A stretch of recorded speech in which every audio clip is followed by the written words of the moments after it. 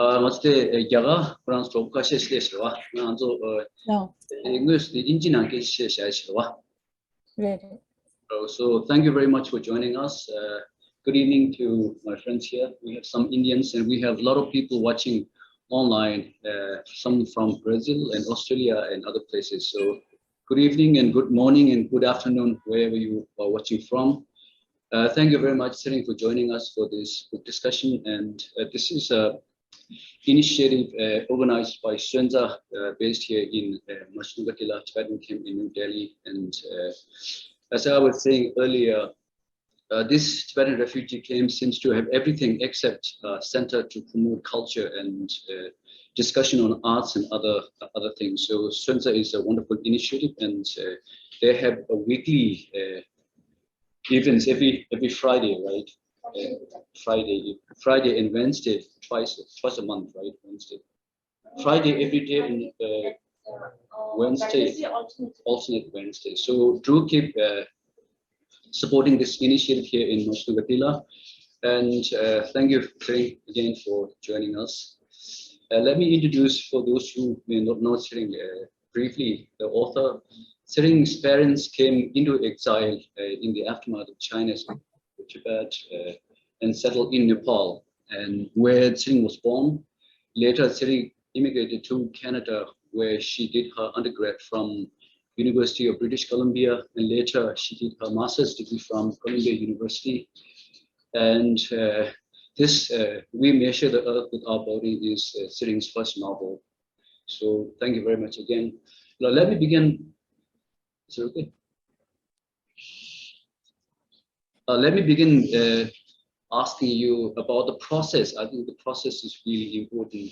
Remember, we're back in the summer of 2010 when we met in Dharamsala, when we were doing research, initial research on this novel.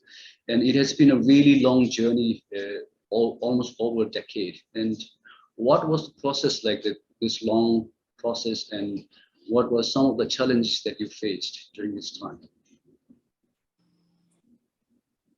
Thank you, Bujula. First, I want to say thank you so much for taking the time to be here today. And Apala and everybody at Sontsa for making this gathering happen.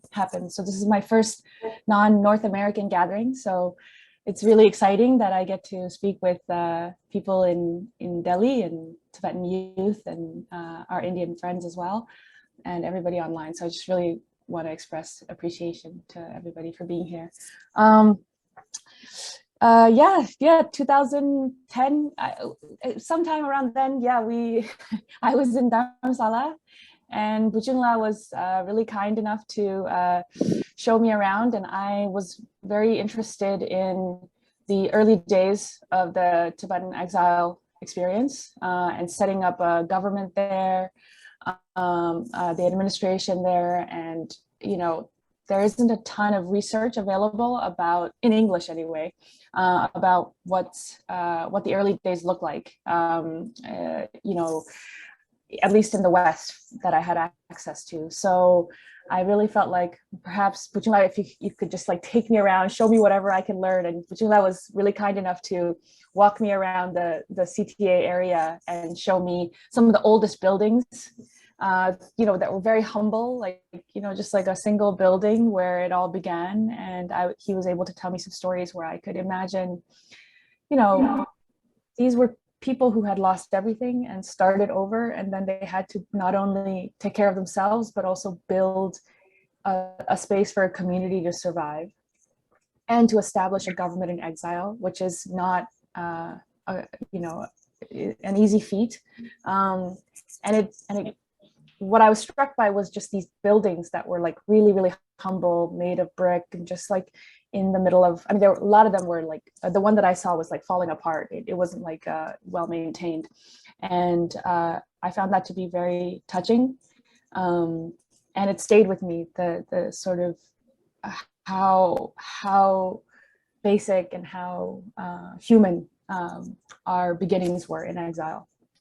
And from there, I was able to speak to some Tibetan government officials and hear a little bit about their experience. And generally, I spent a lot of time doing research like that. I also went to the border of Nepal and Tibet and did a trek to Mustang, a 5-6 day trek each way, so 10 days or so, to Mustang, and just to be on Tibetan soil for a little while, for 15 minutes is what I was able to do, because there are so many Chinese guards on the other side of the fence. But that was really an important experience as well, kind of like walking around the Dharamsala, because I could see what it was like to walk around in that earth, with the wind, with the sand that's always flying around, and the ground that's always dissolving underneath your feet, and to sort of picture what it was like in the 60s, in the 70s, in the 50s, for people walking in the other direction. I was obviously walking toward Tibet, but they would be fleeing in the other direction. And so through experiences like that, that were really like me putting myself in those situations, and trying to approximate the experience, I think I really got some of the essential ideas of my book. And then there was I was at Columbia University, and I was teaching there, and then I was teaching at Yeshiva University, which is a boys' college in New York.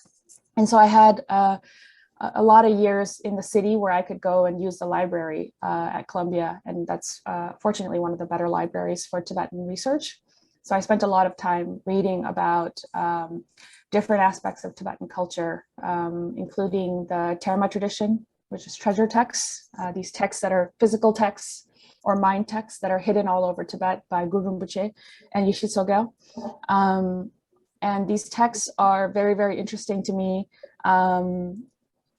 you know, like not only because they resemble like sort of the ways in which knowledge is passed down, or like mythologized, like creating like stories around knowledge, but also as a narrative tool. I decided to make that Terma text, this idea of a text that appears and disappears, into a mechanism in my story, to have an object that appears and disappears in my story, which is the Gu, the nameless saint. So studying Tibetan culture and also trying to be in those places and experience the land, experience the heat, the cold, all of that in Dharamsala, in Mustang. These things were all different ways for me to write a historical novel without having experienced that time, and also being unable to go to Tibet, and also not having a ton of record to work with. You know, if you're a French writer and you want to write a history about France in the 1800s, you can go online, you can go to libraries, you'll have so much stuff to work with.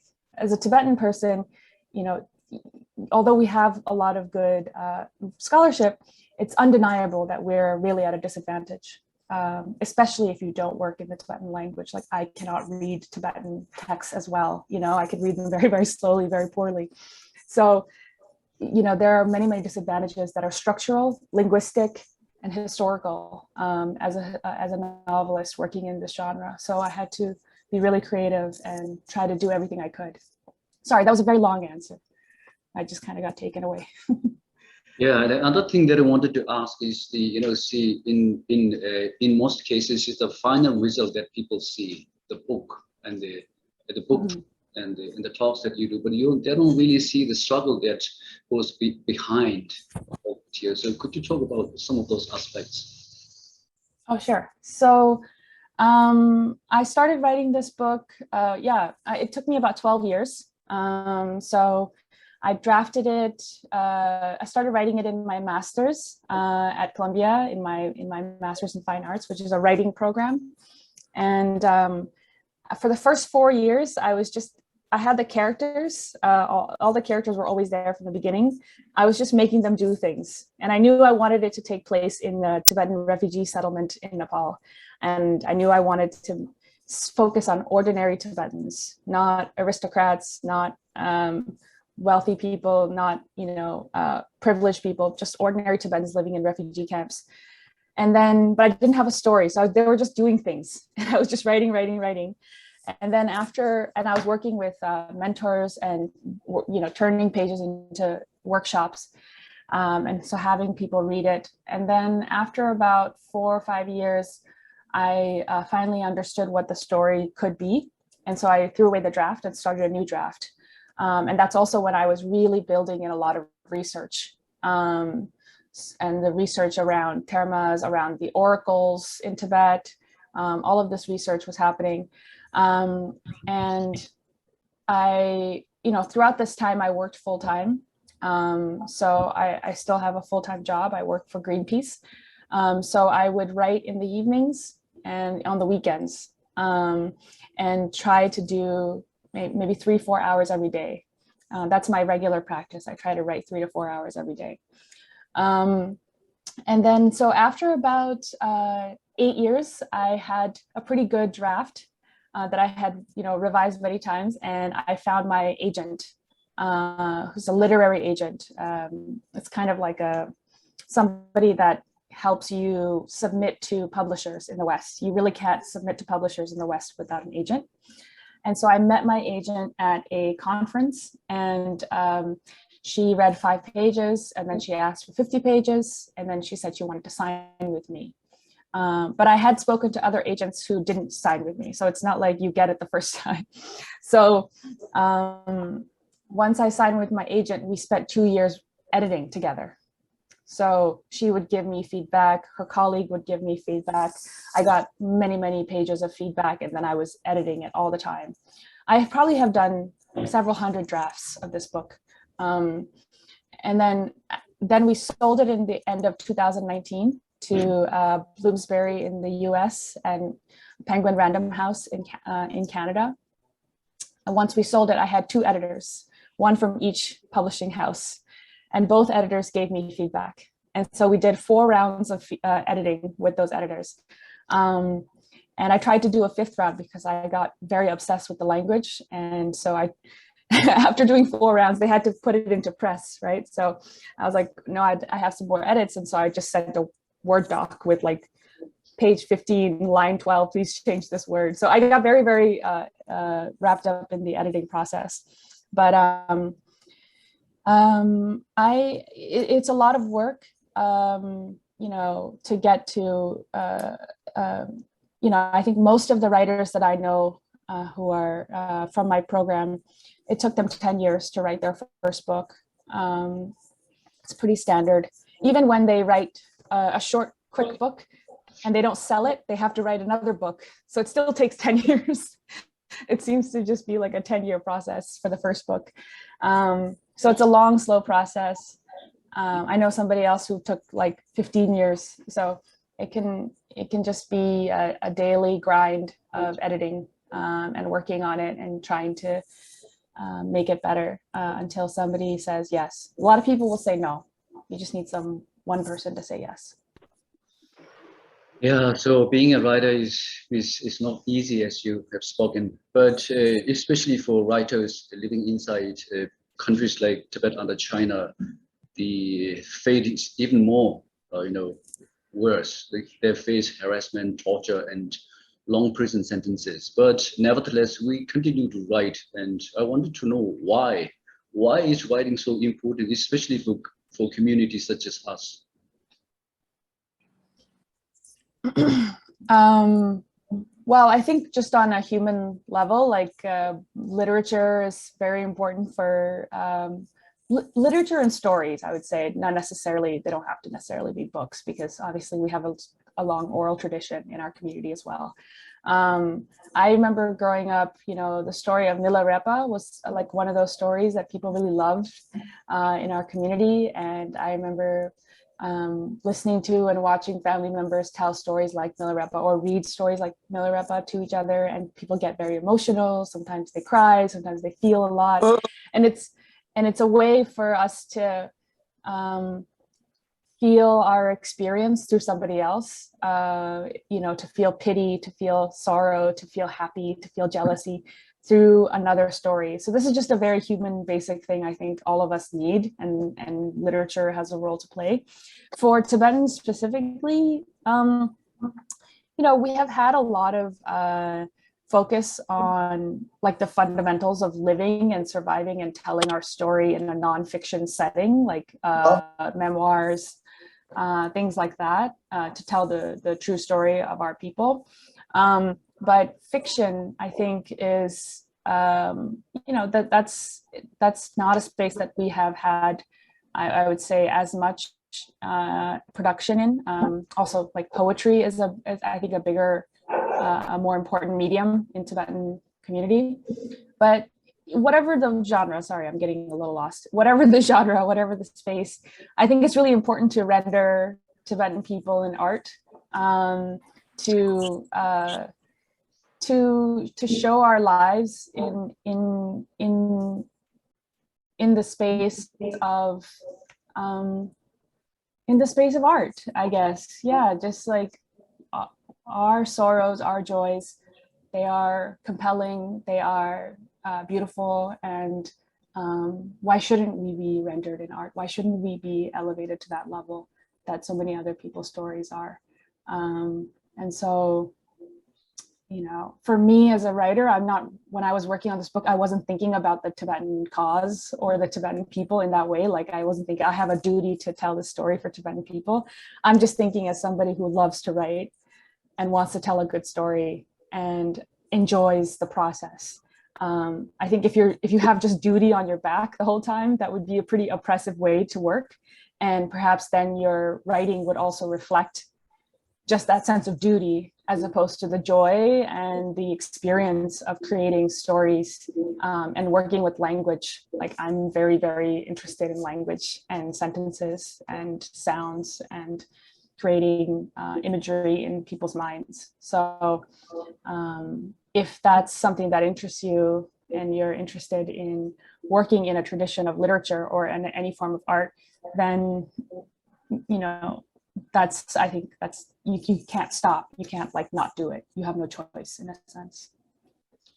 Coming back to your book, because it's not readily available here in India, we don't want to reveal too much of the story. But the general arc of the story follows pretty much the same pattern as your parents coming from Tibet to Nepal, and then your own immigration from Nepal to Canada. So, how much of yourself and your parents' stories and experiences are in the story? So I will say that I'm hoping that the book will be in India next year.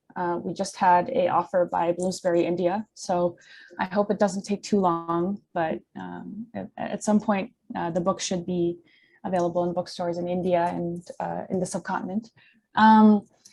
How much of this experience,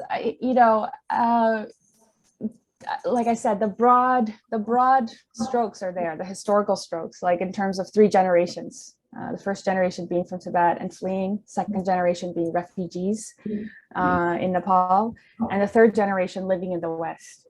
That's basically the resemblance. The rest of it is all made up.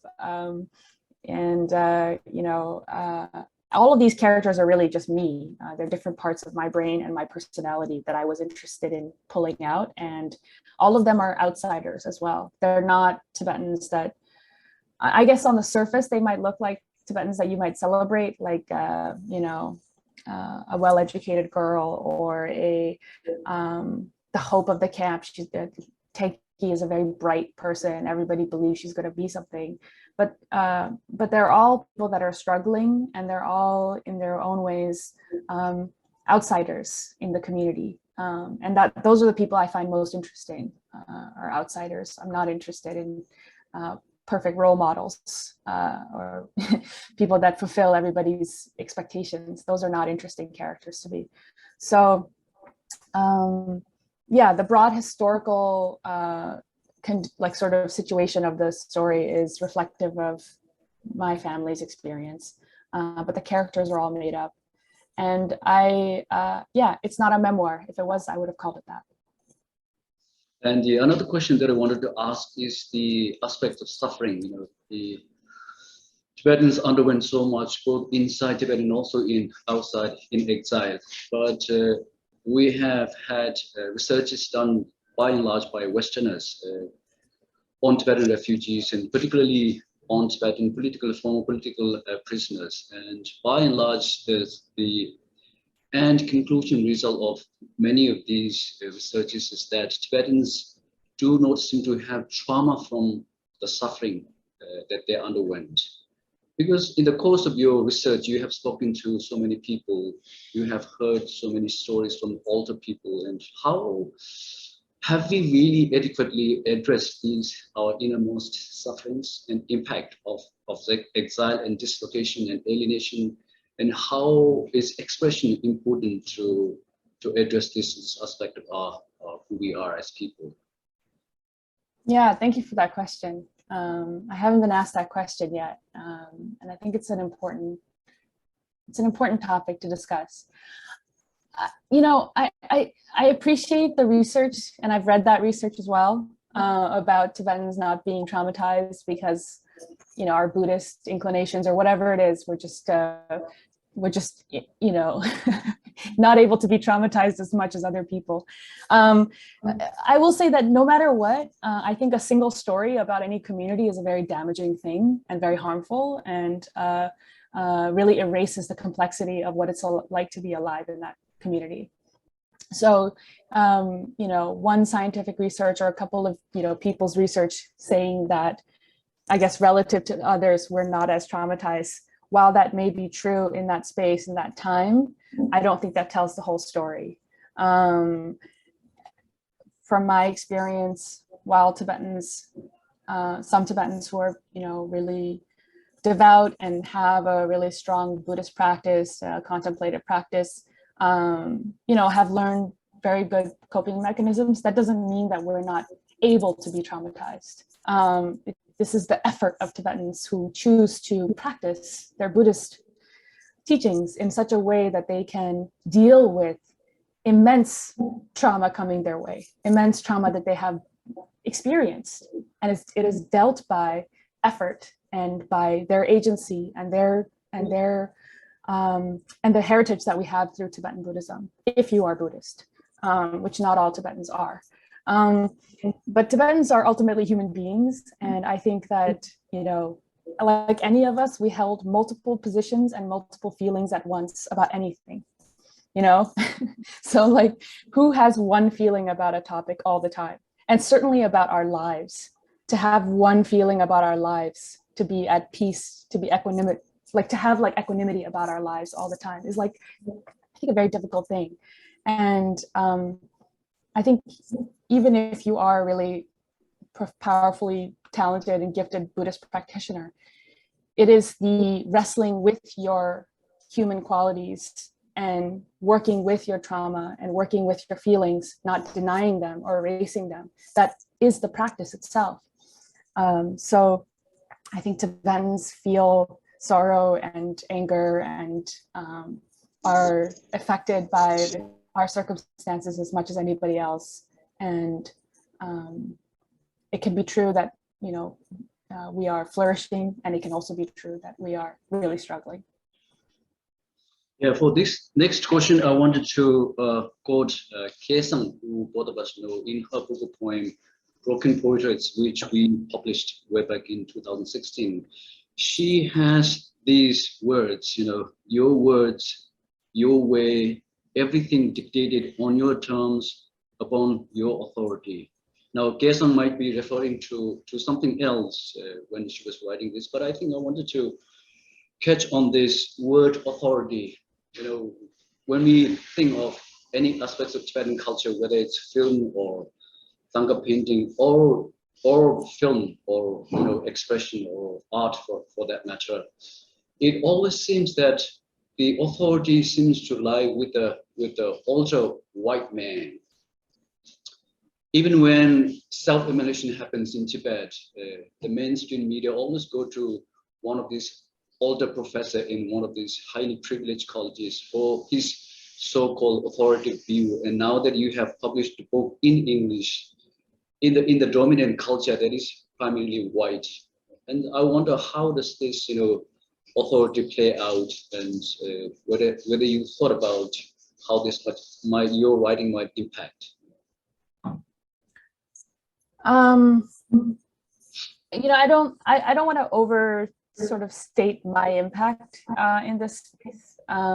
This is just my book, and I'm just one person.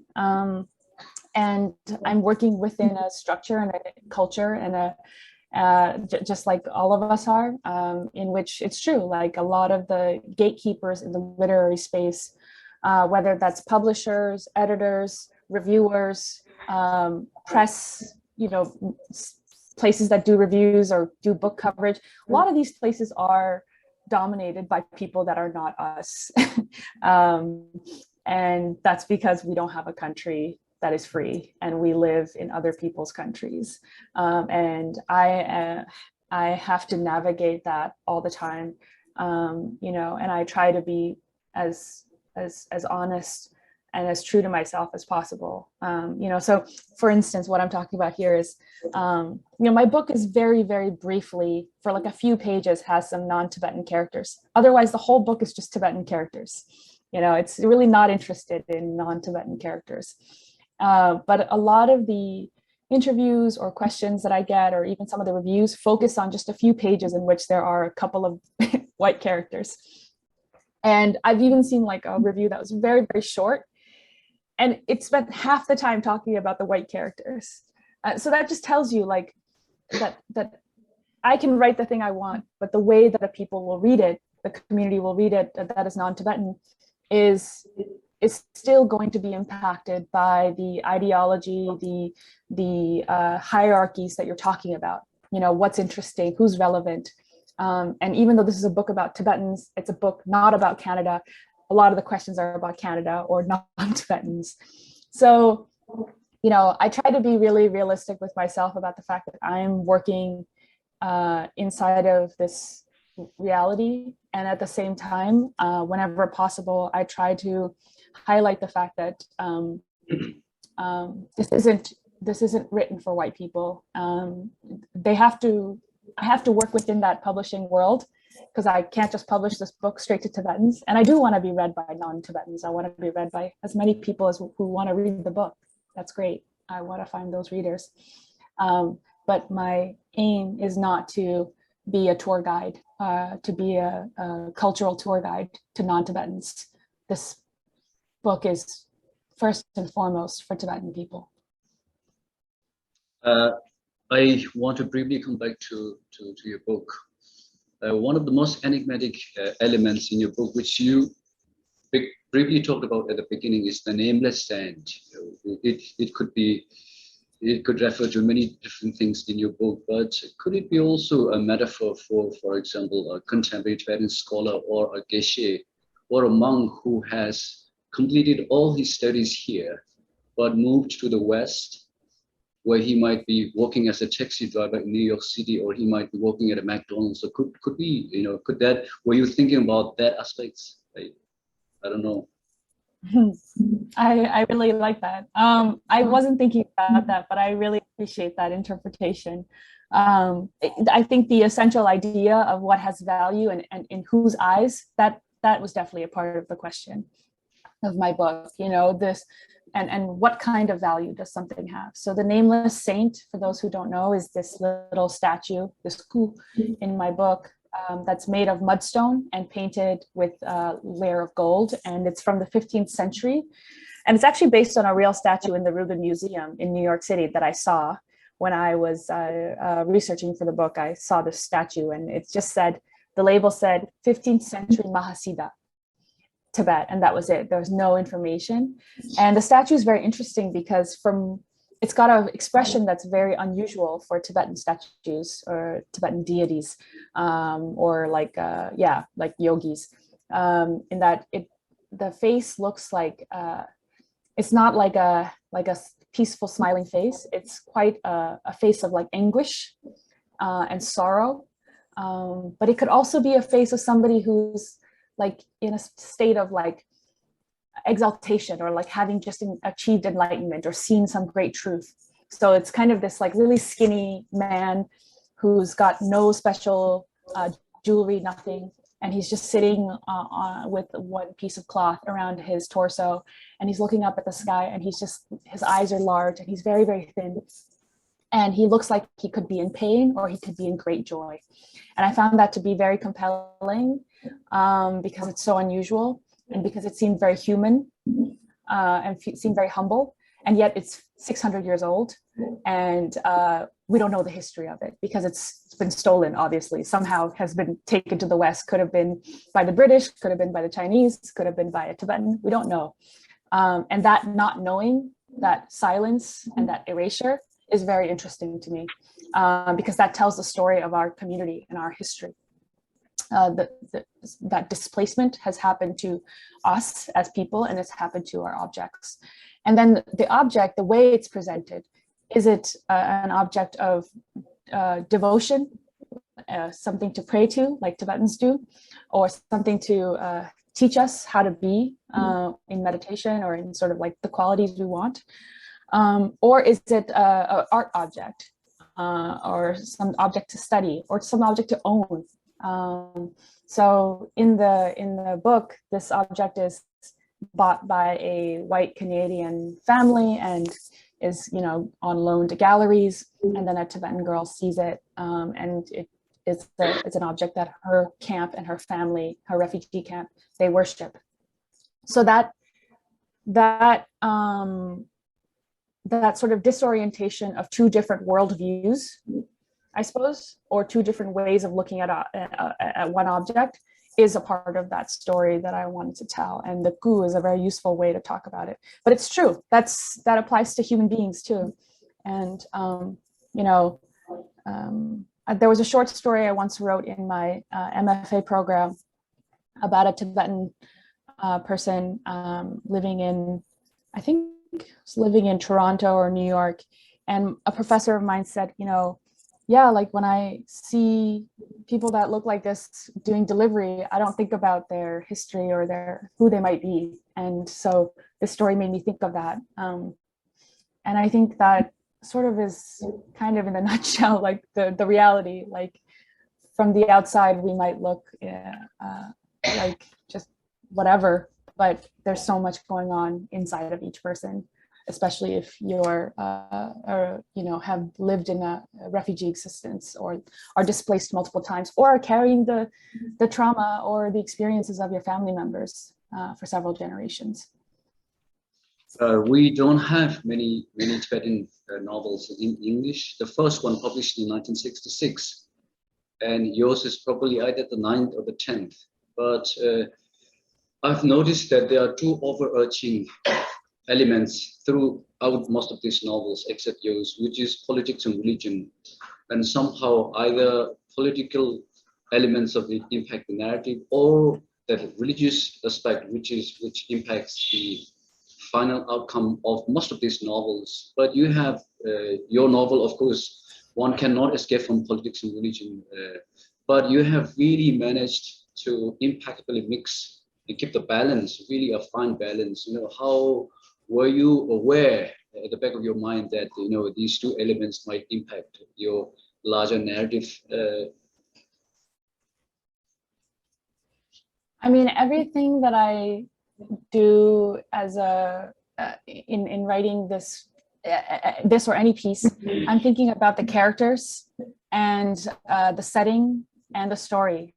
So I might have personal political views, but if it doesn't work in the lives and the perspectives of my characters, then I am not justified in just sticking that in there. So the story itself is what determines how it comes together, I guess is what I'm saying. So that's been my training, and that's been how like the literature that I enjoy is where it feels like I'm immersed in a character's world and their experience and their bodies and their feelings, their memories. All of these things feel very, very true.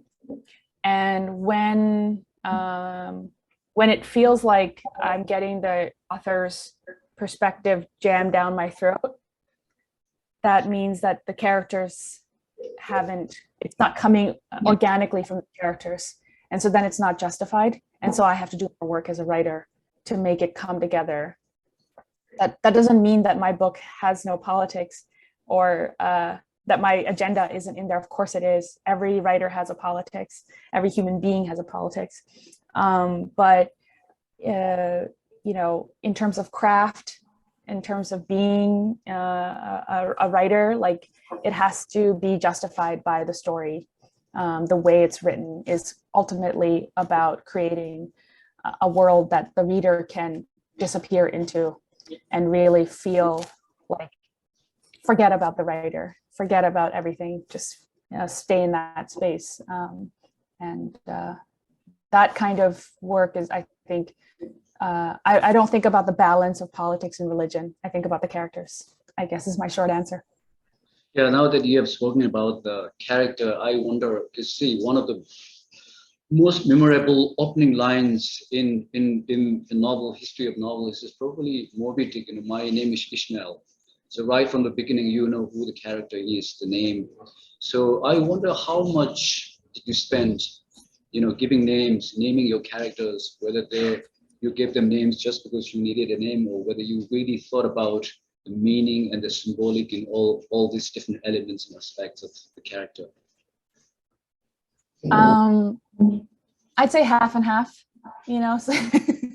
So a lot of it is intuitive. Like if I think of a name and it feels right, like it's almost like, you know, a marble going into a space and it just sits there and that's it. And I don't think about it too hard after that.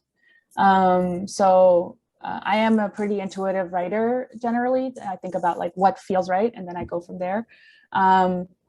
Some of the characters' names are just like incidental, like I'm like, oh, this is a name that feels right. And some of them were trial and error. And I think I've been asked that question by some Tibetans as well, you know, like, why did you pick these names? And I think that's like, I'd rather hear what you have to say about that than, you know, talk about my weird process for picking names. Did you have specific thoughts? No, not really. I was just wondering whether you picked up certain names for a certain reason, or you know, whether they were familiar, Yeah, or people that you knew. I mean, like, yeah, I think like Lhamo is obviously, and you know, Lhamo is, you know, an oracle as well. So it's a that name has that meaning. And if you're not Tibetan and you don't know what Lhamo means, you won't know that. But I thought that was a fun thing. And then some of these other names like Doma, I wanted a name that was subtly pronounced differently by Tibetans and Westerners.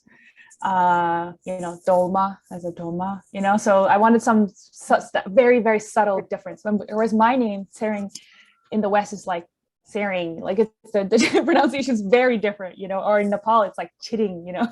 So I wanted something that was like a little bit different, slightly subtle.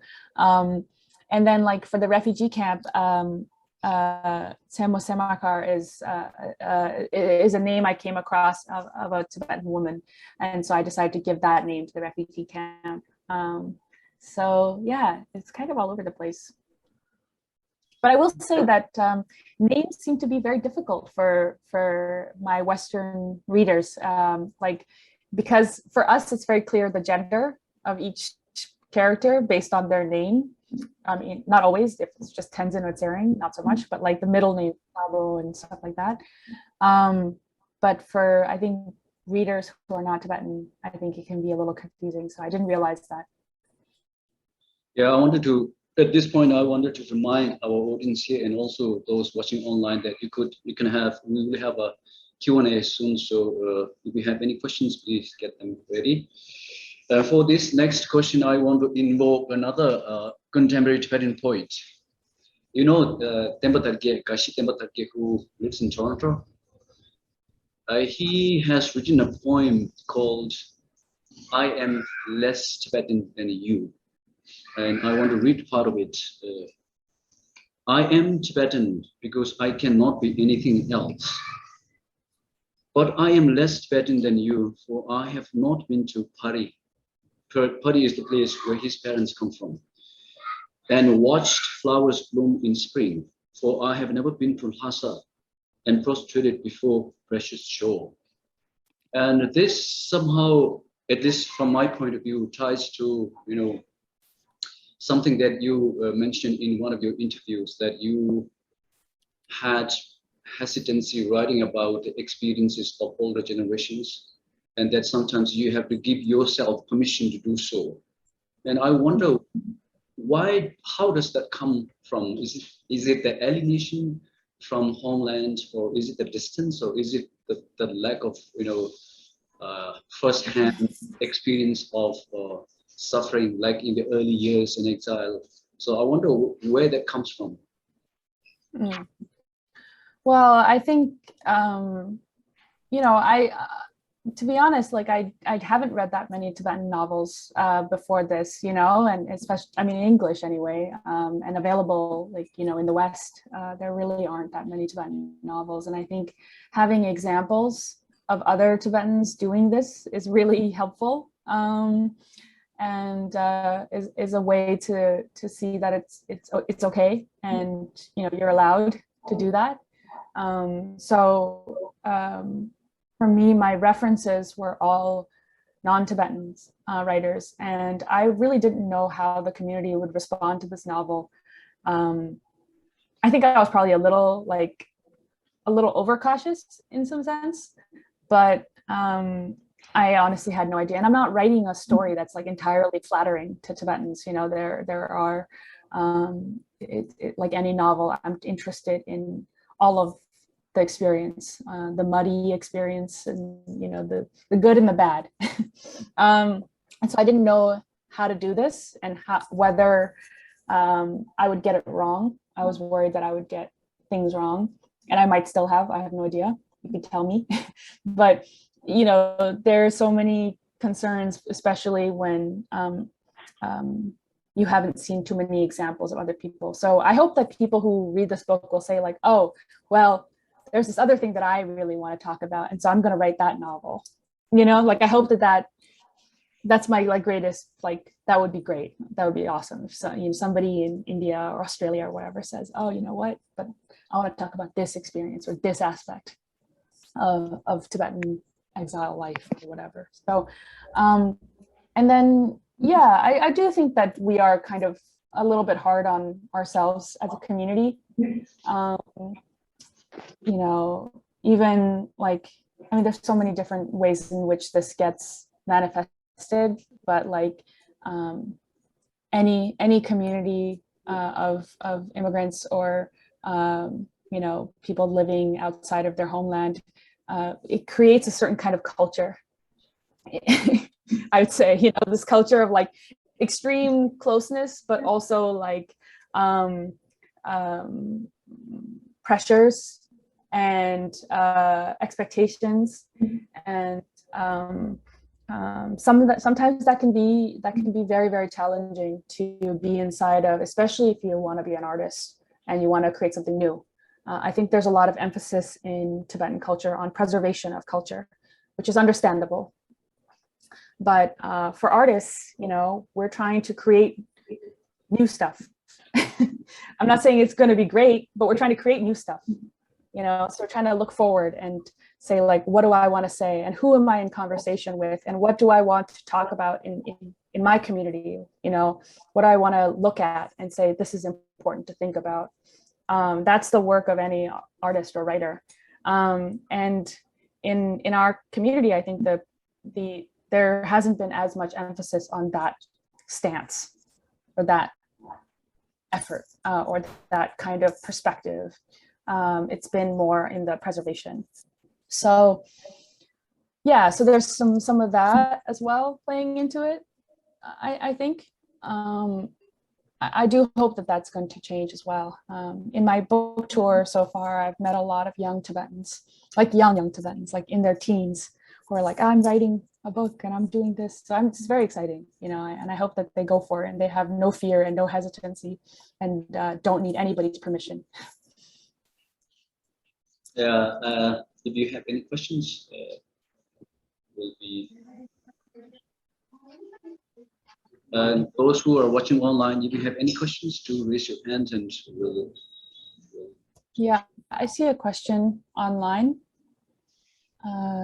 which are the writers / books that you read while writing this book? Did any work help you think through your work differently or help you?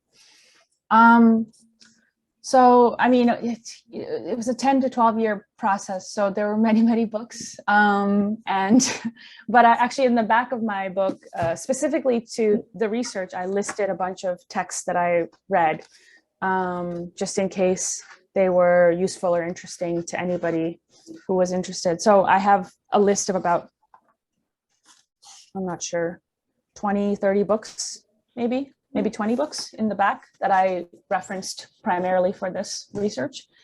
And most of those are scholarship Tibet studies books. And then in terms of novels, you know, I try to read a lot. I try to read everything that I can. So I try to read, you know, several books at a time. I don't finish them all, but I've really been very inspired by, you know, international literature. Yeah, I can't even begin to list who inspires me or who's influenced me, but I guess I really like the Russians. Those are like I really like the Russian sensibility and the Russian writers, you know, big, long books. That's what I like, big, long novels. Next, should I go to the chat or should we do? Yeah, I think so, yeah, do please. But there's a second there. Yeah, can the use of English language properly translate the Tibetan experience in exile? During the writing process, did you face any difficulty penning down a scenario unique only to a Tibetan? I think writing or language is always going to fail. You know, it's always going to fail to capture, even if it's in Tibetan, about Tibetans, because I mean, first of all, I think our experience now surpasses just a single language anyway, especially in exile. We don't live in a single language, unless you're in a really, really small, like if you're in a really niche community. Most of us live multiple languages, and we live in a world in which like English is the lingua franca. It is the main language of commerce and culture that is prevalent everywhere in the world. So there's that aspect, but I more broadly, more deeply, I think language is always going to fail to completely capture any experience, because so much of experience is not expressed through language. It's expressed through other senses, memories, feelings. These things are ineffable and indescribable through language. And so I begin from a position of accepting my failure, and then I try to go from there.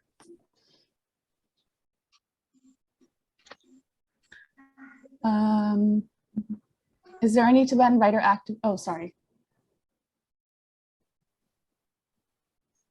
Knowing how difficult it was to translate Tibetan humor into English. Maybe it's just me, but some of the humor in the book felt very Tibetan. For example, that time when Tenki got frustrated over the phone and says, "Eat shit," which was hilarious because it's a very Tibetan remark when we get frustrated. Or did it just come naturally? Yeah, thank you for that question. I really did want to capture more Tibetan humor in this book than I did. Ultimately, I would have loved to have even more, because I think our sense of humor is great.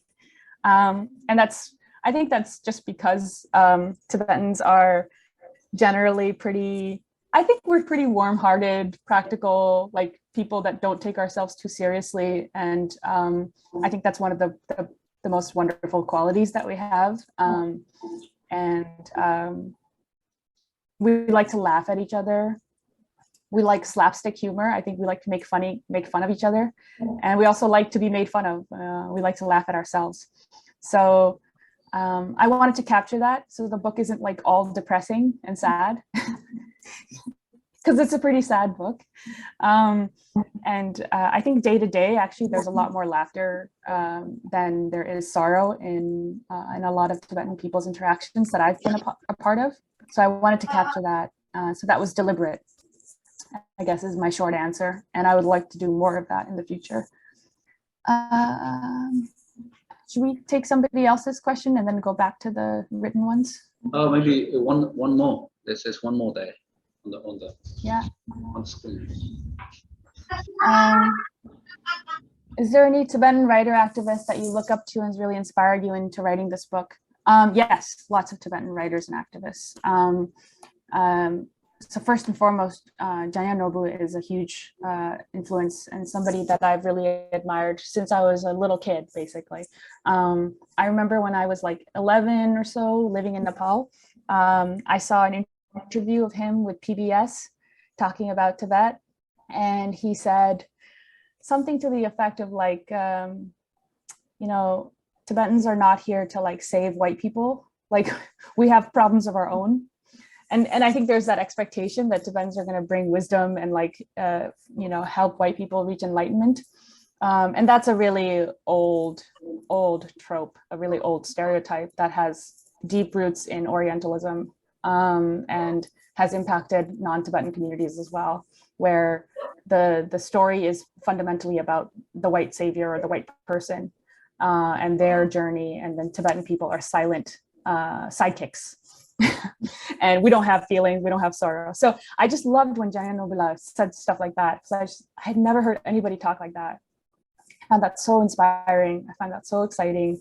And yeah, like Puchunla has been an amazing, I think, leader in our community, not just for his writing, which I love his poetry, obviously, but also just the way in which he has uplifted and supported Tibetan writers and Tibetan production of art. And the list goes on and on. Tsering Yangzom Lama, you know, I read her works as well. Tsering Shakya, who is a scholar, his works have been really important for me as well, just the way in which he brings history to life. So there's so many Tibetans, particularly in exile, but I've recently read Tsering Yangki's Flowers of Lhasa, which I think is amazing, and I think everybody should read it. I hope that somehow it gets to India. I only was able to borrow my friend's copy in the UK. It's very hard to get these books. This is the problem, right? Like if it doesn't get published by a big press, it's really hard to get these books. Distribution is an issue. Yeah, so the list goes on, and I think it's especially exciting right now.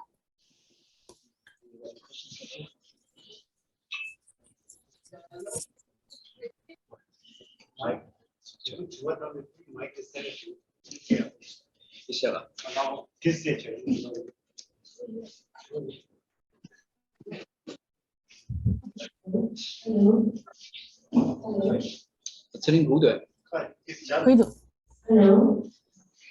Tina, first of all, congratulations on being patient with us, to the voters, and also thank you so much for doing this discussion, even at 30 a.m. your time.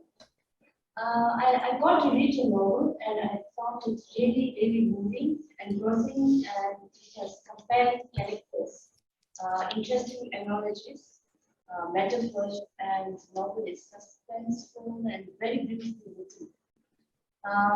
While reading this or reading a book, it sort of reminds me of some other great historical fictions, such as fictions on colonialism, displacement, and even racism to an extent, like Pachinko by Ninjinde. I also, the book also reminded me of a great book by Khalid Hosni, the Afghanistan writer, Splendid Sons, and also American Love by Chimamanda Ngozi Adichie. I have a few questions, but I will just ask one or two if there is no other questions. So in novel thing, that you have used snake as an analogy to refer to Chinese, and then yummy in Tibetan in the later part of the book. So I found there's no China or Chinese in English language as such. So was it a conscious decision on your part to not write China or Chinese in English, or was it something that your publisher wanted to use, taking into consideration the commercial aspect of your book? That is Yeah. Oh, thank you. I'll answer that question first. Thank you so much for the kind words. That was my decision. Actually, my publisher was like, do you want to put China and do you want to put the Dalai Lama in the first page? You know, like, and I said no, because I can't quite express why, but for me, I really wanted it to be from the perspective of the child. Like, what language would she use? So whenever possible, although this whole thing is written in English, I tried to use the language as close to their perspective as possible. So I wanted to use the word kyami, also to make readers know that we have a word for Chinese people and for China, and our word is this. And it's a kind of a important for me to say that I didn't want the word China in the beginning of my book. I didn't want that word to be like a heavy like hammer that like takes over, and I wanted it to be the Tibetan word for that. And then as the book moves to the West, and as the consciousness of my characters changes, using more of the sort of, I guess, the more publicly known word for China. So yeah, as I said earlier, everything to me comes from the perspective of the characters, and I'm trying to get as close to their perspectives as possible in my portrayal.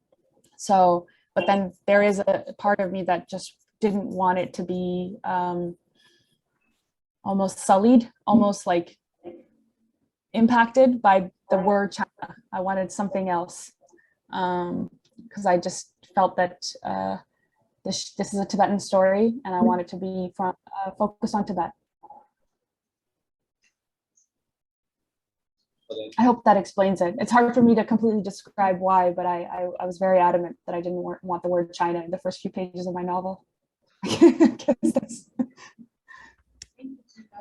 can ask your second question. So in the novel, Ashang Lima, as a storyteller in the refugee camp in Pokhara, so he keeps telling stories about returning back to Tibet and living the beautiful life that they used to live. And then Hamo says that, I have had enough of Ashang Lima stories. So while reading this, I felt sort of a gap between, I found a little gap between the eldest and the I can't hear you. I think somebody needs to mute. Okay, sorry, can you repeat just the last part? So should I start from the beginning? No, just the part where Lamo said she doesn't want to hear the stories anymore, and then? Yes. So while reading this paragraph, I felt a sort of gap between the elder generations and the younger generations in terms of their outlook to the Tibetan freedom movement. I found a little bit of idealism on the part of the elders, and then realism in the younger generation's outlook. So do you, is it like something that you figured out through your research during the course of writing your book, or do you feel it that way today? Okay, yes, I understand. So for me, I think that generation, for Lamo's generation, the people that fled when they were children, I guess basically our parents, I'm thinking about, I guess, a lot of interactions that I've had with people in that generation who, especially if they had a very hard childhood, these are children of war, essentially. And I think we don't acknowledge that enough. We don't acknowledge that our parents are children of war. They had to flee, and they were refugees, and they survived war and invasion and all of the aftermath of that. And so when you experience that as a child, I think you're going to have a very different outlook than if you experience that as an adult. As an adult, you might have some way to make sense of things. You might have some way to bring hope to yourself that you will be able to go back. But if you are a child and nothing makes sense and the world is turned upside down, and you lose your parents, I think there's a part of that trauma that we were talking about that is like some people that I've seen basically turn their back to it and say, I don't want to think about that anymore because nothing makes sense. And there is nothing good in that past. And that's understandable. That's very human. So this is what I've observed, and it's what I wanted to convey through one character's response. So again, none of these characters are symbols for an entire generation or entire group, but I'm thinking about each character as an individual, how she reacts to this situation. Is she somebody who experienced tremendous loss and trauma, and she decides there's nothing good there because in the past is my parents' bodies buried in the path to exile, and all I can do is try to keep surviving for another day. I think Yudonla has had her hand up for a while. Yeah, hello. Can I ask a question? Yeah, please go ahead. Can you hear me? Can you hear me, Tsering La? Yeah, heartiest congratulations. Yes, I just finished reading your book on Kindle, and it's really well written, and the characters felt really real and true. You know, I really enjoyed it, and it was really like lovely. It resonated with me a lot as well. So I just wanted to hear from you about I found your characterization of the male kind of prototypes very interesting. You know, they were very flawed and socially awkward. Tashi was this drunkard who married, but he never kind of was responsible. And then there was Samper who actually, dealt with coup. You know, he was selling idols and statues and all that. So that was something that kind of I found very interesting. And I thought, what made you, of course, it's all it's all fictional, right? So, but then there must be some elements that you might have either experienced or heard, you know, that kind of related to the book. And also towards the end of the book, I think when you and Samper take the journey to kind of throw the ashes of your mom and you go up this kind of strenuous trek, I noticed there's this conversation about what does it mean to be a good Tibetan, you know? So that was also very interesting. So I guess we did talk a little bit about the expectations and the pressure to be a Tibetan. Who is a less Tibetan, who is a more Tibetan? What does it mean to be a good Tibetan or a bad Tibetan? So I just wanted to hear your thoughts on that. So once again, really well done. I'm so happy to read the book, and it just felt so real. The characters were really kind of coming out. So it was really nice. Thank you. Thank you, Yudala, for those kind words, and also for the question. I think it's a good question. So I was really interested in the Tibetan art trade, ways in which Tibetans have participated in smuggling art. It's something that I came across when I was reading Emily Harris's book. And I'd also heard stories about Tibetans dealing in art trade. And so that also took me a long time to research because I honestly didn't know a lot about it. And I wanted a character that would feel justified in doing that work, because I don't think that it's black and white. Obviously, in our community, we don't look too kindly upon, you know, dealing in antiques and dealing in religious objects.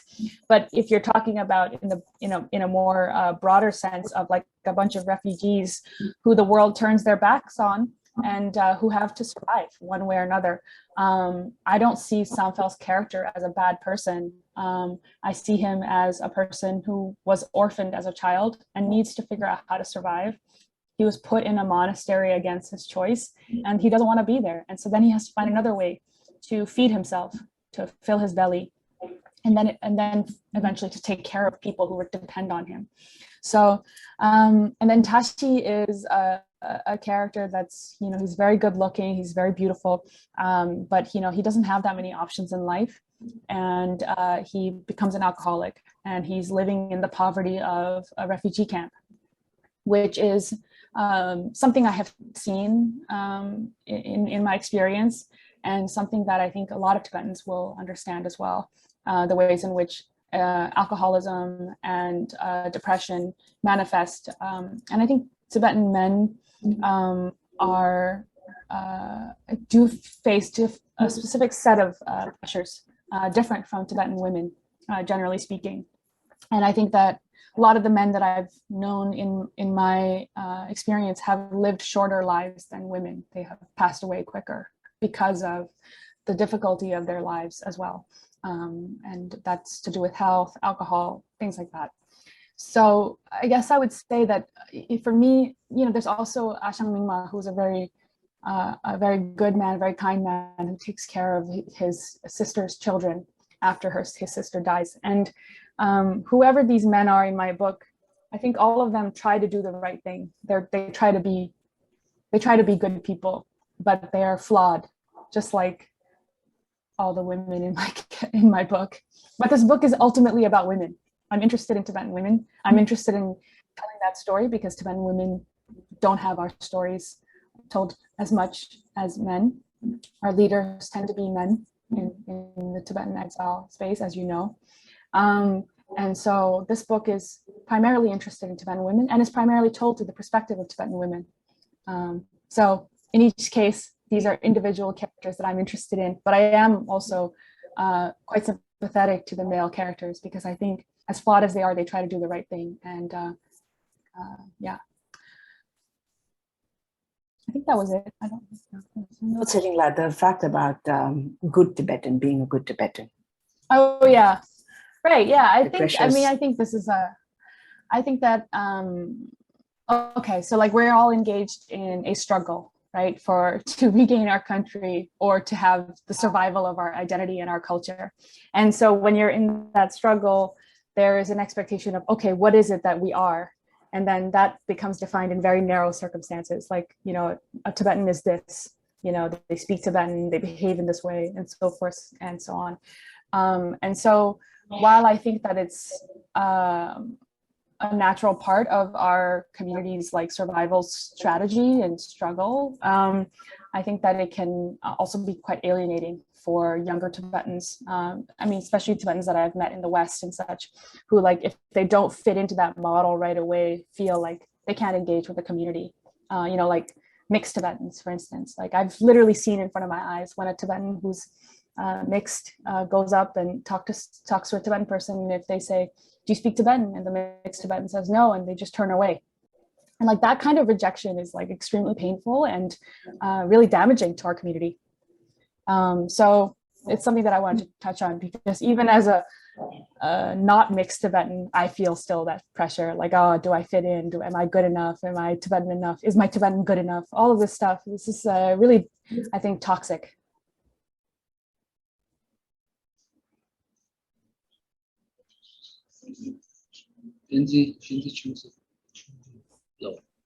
Hello. Hello. Am I audible now? Yeah. Yeah. Thank you, Pujungla, and I congratulate Tsering Yangzom Lama for finishing this beautiful book.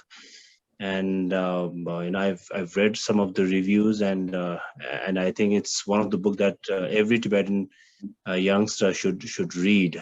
So I'm looking forward to read this book. And in the meantime, Tsering Yangzom Lama, with your experience and you being so much in love with reading and writing, I just wanted to ask a few basic questions in regards to the community in exile. Here in exile, most of the children that we have seen is, we are not much into reading books. That's one thing that we need to improve. And secondly, if you're not a good reader, then you would not become a good writer. So then a writing habit is something a bigger challenge for us. So Tsering Yangzom Lama, with your experience, like I'm sorry it's being a little long question. What I need to understand from you is, like, from childhood we all love to hear stories, but we don't love reading. So how do you translate that enthusiasm from listening to reading books? How would you make that kid more closer to a book rather than just listening to the stories. Mm-hmm. Yeah, thank you, Tenzila. Yeah, so I'm not a parent. I don't have a child, so I don't feel like I'm very good to give advice on how to raise children or to make them read. But I will say that growing up, my father was a real reader. And I grew up in Nepal and just surrounded by books, and he was always reading. He was reading Tolstoy, he was reading Chinese philosophy, he was reading Tibetan Buddhist books. So growing up around a parent who was reading all the time made me want to read. And so I was always reading. So, children tend to copy their parents. And so I think rather than us telling children to read, it's like we should all be reading, and hopefully the child will also want to read. That's just from my personal experience, right? Like I read, and my mom too, she also is reading all the time, mostly prayer books, but still books were very, very valued in my household. That was just a part of the house. Culturally, I think, actually this is not a unique problem to Tibetans. A lot of people don't read these days. So readership is down in the West as well. So I don't really know what the solution to that is, except like, please keep buying books, as adults, and hopefully that will keep the industry of publishing alive, like supporting people like Bujungla who publishes books. Like we should all be buying books, and because that industry is a very difficult one to survive in, and hopefully that'll have an impact. I think it's a very difficult question and an important one that we as a community have to think about in every way, but also individually. Tsering. Yeah. I think we have about 9 questions in the box. Oh. But we only have about 8 minutes, so if you could just pick 1 or 2. Okay. We can scroll through and maybe 1 or 2. Could you help as well? Could you help me scroll and pick as well? Are you able to see the questions? Okay. Somebody asked, how easy or difficult is it to get a literary agent to accept your manuscript? Or do you think it depends on location, country, region? Do you have to pay them? How does it work? Any tips you would suggest to get in touch with literary agents? Yes, so that's a pretty quick question that I can answer. Literary agents get 15% minimum. Sometimes they get 20% of whatever your book deal is. So it's basically a business partnership, and it can be difficult. Like friends of mine have, queried for over a year. Like they've been writing to different agents for over a year to try to get somebody to represent them. But essentially, the agent, once they sign with you, they then take on the work of trying to sell your book and help you edit it as well to sell it. So if they don't think that they can sell your book, they're not going to sign with you. But you as a person, you have to also think like, do I trust this person to be my agent? Do I trust them to advise me correctly? So it's a business partnership. How easy is it to get them? It really is quite difficult. And I think it's especially difficult if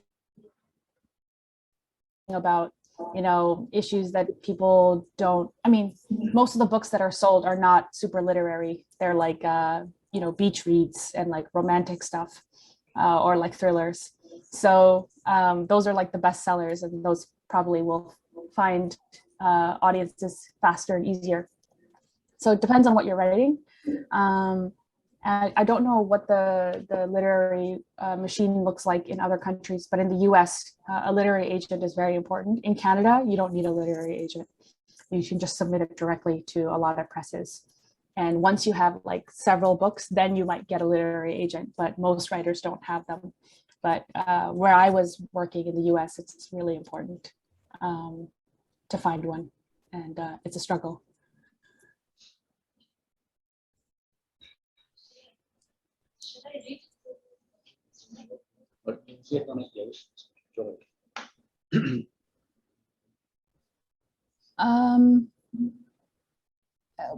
I planned for the next book from Dachin Wangmula. I don't really have a plan for the next book. I'm trying to just enjoy writing little things here and there and trying to read a lot. So I'm not putting any pressure on myself. I'm still in the space of like doing talks like this.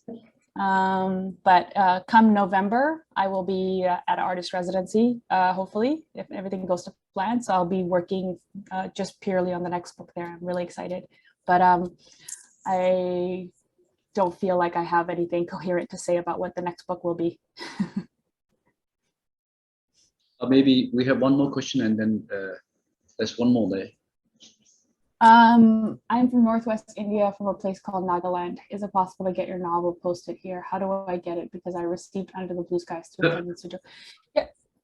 Yeah, as I said, the book will be coming to India, all over India, hopefully next year.